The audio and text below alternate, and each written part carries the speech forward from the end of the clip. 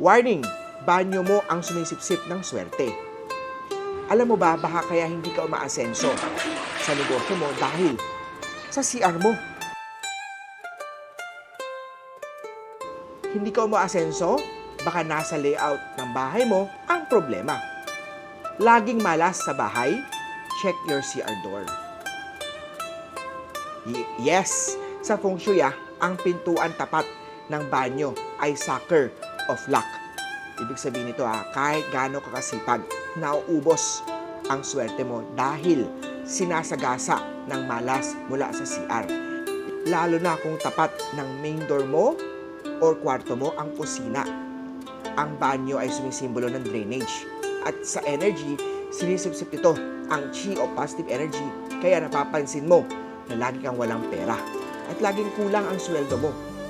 Nakakapobre, nakaka-problem ka rin sa love life. May conflict sa bahay. Baka kailangan mo i-check ang layout ng bahay mo. Pwede mo nga i-remedyohan yan gamit ang isang crystal ball ng bamboo plant or mirror placement. Pero tandaan walang hindi one size fits all kung saan gusto mo ng personal advice base sa birthday mo, layout ng bahay mo at feng shui chart mo. Importante na personal ang puntahan ko po ang bahay mo at pakita natin kung paano ayusin ang feng shui ng bahay mo. I-like, i-share ang video na to. Kung may natutunan ka, follow mo rin for more feng shui videos para makaiwas ng malas at ma-welcome natin ang good fortune.